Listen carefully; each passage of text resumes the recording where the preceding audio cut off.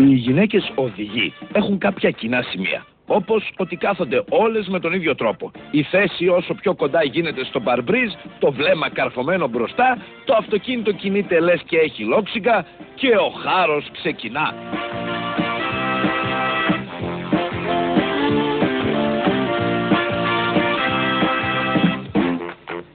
Η ταχύτητα του οχήματος είναι πάντα εκνευριστικά σταθερή και αργή, σε σημείο που να εκνευρίζονται όλοι οι υπόλοιποι άντρες οδηγοί. Πάτα το γ***y που άντε ρε που άντε δεν ακούς το κόρα δεν κάνεις στο καλό με την ώρα άντε το μόλι το πήρε άντε να κάτσουμε το γ***, άντε μόλι εκεί τη σέντρα τελείωνε κάπου την τρέλα μου καμώ θα βάλουμε το κόσμο να το κάτσουμε καμώτη. Βέβαια όταν τη σταματήσει ο τροχονόμος για να τις γράψει, όχι μόνο δεν τον αγνοούν, αλλά ξυπνάει η Μόνικα που κρύβουν μέσα τους και πάντα τη γλιτώνουν.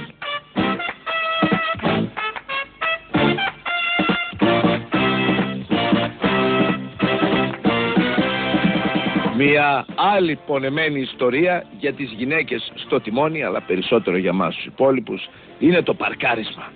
Όσο χώρο και να έχουν στη διάθεσή τους, βρε και δύο νταλίκες να χωράνε να παρκάρουν, πώς τα καταφέρνουν πάντα και το αφήνουν στη μέση του δρόμου όπως να είναι.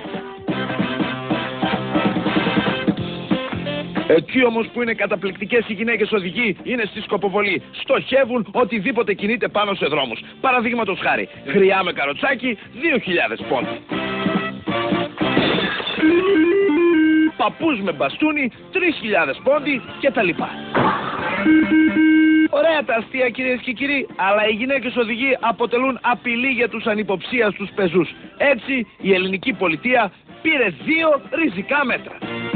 Πρώτον, οι πεζοί από εδώ και στο εξής θα εφοδιαστούν με μαδέρια για να κινούνται έτσι με ασφάλεια από ταράτσα σε ταράτσα, μια που μόνο έτσι δεν κινδυνεύουν από τις γυναίκες οδηγούς.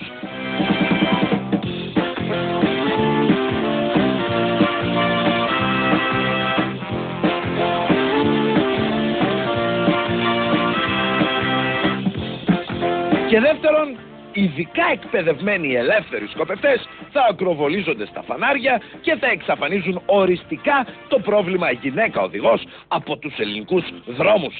Αμήν.